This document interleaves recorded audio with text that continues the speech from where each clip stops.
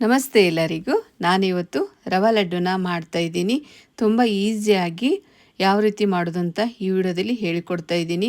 ಪಾಕ ಇಲ್ಲದೆ ತುಂಬ ಕಡಿಮೆ ಸಮಯದಲ್ಲಿ ಮಾಡ್ಕೋಬೋದು. ಬಾಯಲ್ಲಿಟ್ಟರೆ ಹಾಗೆ ಕರಗ್ತಾ ಇರುತ್ತೆ. ರವಾ ಲಡ್ಡು ಮಾತ್ರ ಸಖತ್ ಟೇಸ್ಟಿಯಾಗಿ ಬರುವಂತಹ ರವಾ ಲಡ್ಡು. ನೀವು ಮಾಡಿದರೆ ಪದೇ ಪದೇ ಇದೇ ರೀತಿ ಇದೇ ಮೆಥಡಲ್ಲಿ ನೀವು ರವಾ ಲಡ್ಡುನ ಮಾಡ್ಕೊತಾ ಇರ್ತೀರ. ಅಷ್ಟು ಈಸಿ ಇದೆ ರವಾ ಲಡ್ಡು ಮಾಡೋದು ಮಾತ್ರ. ಬಾಯಲ್ಲಿಟ್ಟರೆ ಹಾಗೆ ಕರಗ್ತಾ ಇರುತ್ತೆ. ಸಖತ್ ಟೇಸ್ಟಿಯಾಗಿರುವಂಥ ರವಾ ಲಡ್ಡು ಯಾವ ರೀತಿ ಮಾಡೋದಂತ ಈ ವಿಡಿಯೋದಲ್ಲಿ ನೋಡೋಣ ಬನ್ನಿ. ನೀವು 2ರಿಂದ 4 kg ಮಾಡಿದರೂ ಬೇಜಾರನೇ ಆಗಲ್ಲ, ಅಷ್ಟು ಈಸಿ ಇದೆ. ಪಾಕ ಇಲ್ಲದೆ ತುಂಬ ಸುಲಭವಾಗಿ ಮಾಡ್ಕೋಬೋದು. ಹಾಗಿದ್ರೆ ಬನ್ನಿ ಯಾವ ರೀತಿ ಮಾಡೋದಂತ ನೋಡೋಣ. ಮೊದಲದಾಗಿ ನೋಡಿ, ನಾನು ಕಡಾಯಿಗೆ ಸ್ವಲ್ಪ ತುಪ್ಪವನ್ನು ಹಾಕಿದ್ದೀನಿ, 2ರಿಂದ 3 ಟೀ ಸ್ಪೂನಷ್ಟು.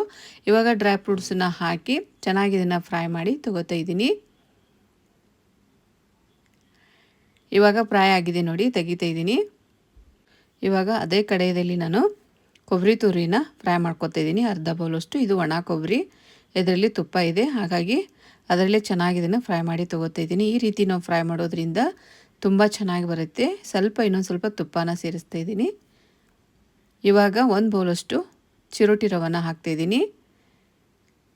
ನಾವು ಕೊಬ್ಬರಿ ತುರಿನ ಹಾಗೆ ಹಾಕೋದ್ರಿಂದ ಕೊಬ್ಬರಿ ತುಂಬ ಬೇಗ ಹಾಳಾಗಿ ಹೋಗುತ್ತೆ. ಅದಕ್ಕೋಸ್ಕರ ನಾನು ಚೆನ್ನಾಗಿ ಇದನ್ನು ರವೆ ಜೊತೆಗೆ ಚೆನ್ನಾಗಿ ಹುರಿದು ತೊಗೋತಾ ಇದ್ದೀನಿ. ಫ್ಲೇವರು ತುಂಬಾ ಚೆನ್ನಾಗಿ ಬರುತ್ತೆ. ಕರೆಕ್ಟಾಗಿ ಇದನ್ನು ಹುರಿದು ತೊಗೊಳ್ಳಿ.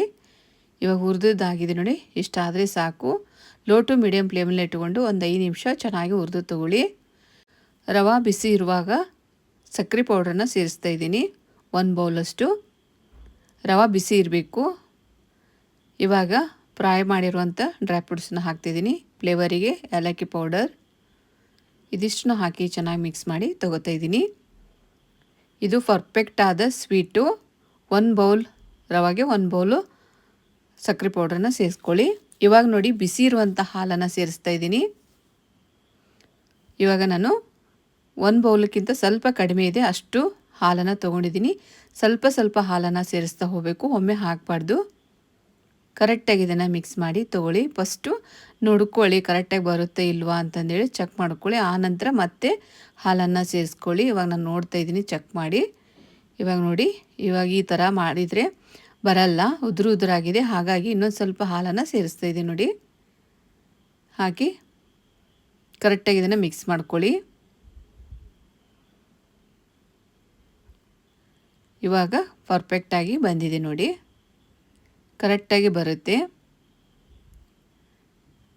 ನೋಡಿ. ಇವಾಗ ನಾವು ಈ ರೀತಿ ಪಾಕ ಇಲ್ಲದೆ ತುಂಬ ಸುಲಭವಾಗಿ ಮಾಡ್ಕೋಬೋದು. 2ರಿಂದ 3 kg ನಾವು ಆರಾಮಾಗಿ ಮಾಡ್ಕೋಬೋದು, ಬೇಜಾರನೇ ಆಗೋದಿಲ್ಲ. ತುಂಬ ಸುಲಭವಾಗಿ ಮಾಡ್ಕೋಬೋದು ನೋಡಿ, ಎಷ್ಟು ಚೆನ್ನಾಗಿ ಬರ್ತಾಯಿದೆ ಅಂತ. ಟೇಸ್ಟ್ ಮಾತ್ರ ಸೂಪರ್ ಆಗಿರುತ್ತೆ. ಪದೇ ಪದೇ ನೀವು ಇದೇ ರೀತಿ ನೀವು ರವೆ ಲಡ್ಡುನ ಮಾಡ್ಕೊತಾ ಇರ್ತೀರಾ. ಇವಾಗ ನೋಡಿ, ಪೂರ್ತಿಯಾಗಿ ನಾನು ಮಾಡಿ ತೊಗೊಂಡಿದ್ದೀನಿ ರವೆ ಲಡ್ಡುನ.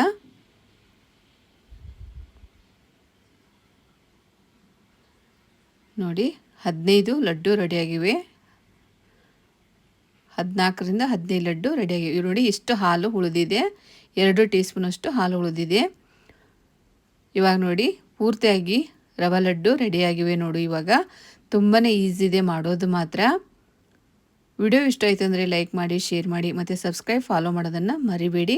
ನೀವು ಸಹ ಟ್ರೈ ಮಾಡಿ ನೋಡಿ. ಪಾಕ ಇಲ್ಲದೆ ತುಂಬ ಸುಲಭವಾಗಿ ಮಾಡ್ಕೋಬೋದು. ಇದು 8ರಿಂದ 10 ದಿವಸ ಇಟ್ಟರೂ ಏನೂ ಆಗೋದಿಲ್ಲ ನೋಡಿ. ಎಷ್ಟು ಚೆನ್ನಾಗಿ ಬಂದಿದೆ ಅಂತ.